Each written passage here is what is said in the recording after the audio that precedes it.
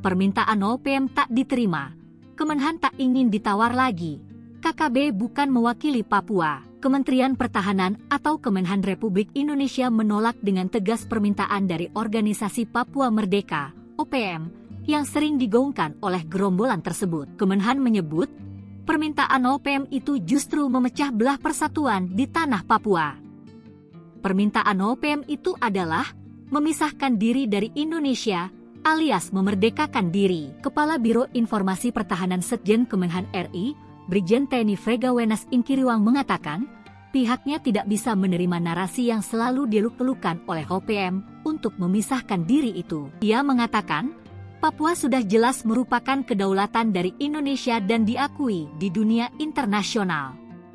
Selain itu, Jenderal Bintang 1 TNI itu mengatakan, narasi memerdekakan diri bukanlah kepentingan dari masyarakat Papua, melainkan segelintir kelompok yang mengatasnamakan KKB atau OPM.